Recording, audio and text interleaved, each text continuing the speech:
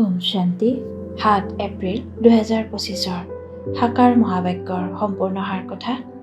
মৰমৰ সন্তানসকল, সকলোতকৈ ভাল দৈৱী গুণ হৈছে শান্ত হৈ থকা, উচ্চ স্বৰত কথা নোকোৱা, মধুৰতাৰে কোৱা।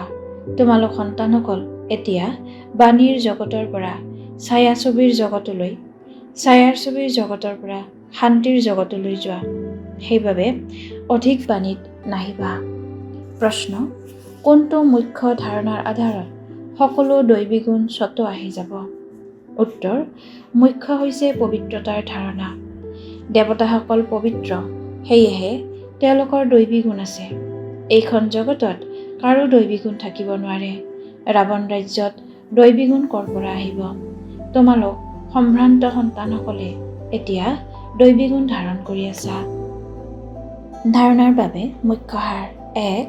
যিকোনো লোকৰ সৈতে বহুত নম্ৰতা আৰু ধৈৰ্য সহকাৰে বাৰ্তালাপ কৰিব লাগে। বাৰ্তালাপ অতি মধুৰ হ'ব লাগে।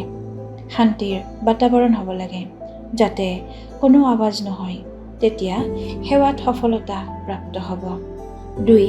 সঁচা প্ৰেমিকা হৈ এজন প্ৰেমিকক স্মৰণ কৰিব লাগে। স্মৰণ কৰোঁতে কেতিয়াও চকু মুদি, কান্ধ তললৈ কৰি হাউলি বহিব নালাগে। দেহী অভিমানী হৈ থাকিব লাগে। বৰদান: সৰ্বসম্পদ নিজৰ প্ৰতি আৰু অন্যৰ প্ৰতি ব্যৱহাৰ কৰোঁতা অখণ্ড মহাদানী হোৱা। যেনেকৈ পিতাৰ ভঁৰাল সদায় চলি থাকে, নিতৌ দিয়ে, তেনেকৈ তোমালোকৰো অখণ্ড দান যাতে চলি থাকে। কিয়নো তোমালোকৰ জ্ঞানৰ, শক্তিৰ, আনন্দৰ ভৰপূৰ ভঁৰাল আছে। এয়া লগত ৰখাত বা ব্যৱহাৰ কৰাত কোনো বিপদ নাই। এই ভঁৰাল খোলা থাকিলে চোৰ নাহে, বন্ধ কৰি ৰাখিলে চোৰ আহি যাব।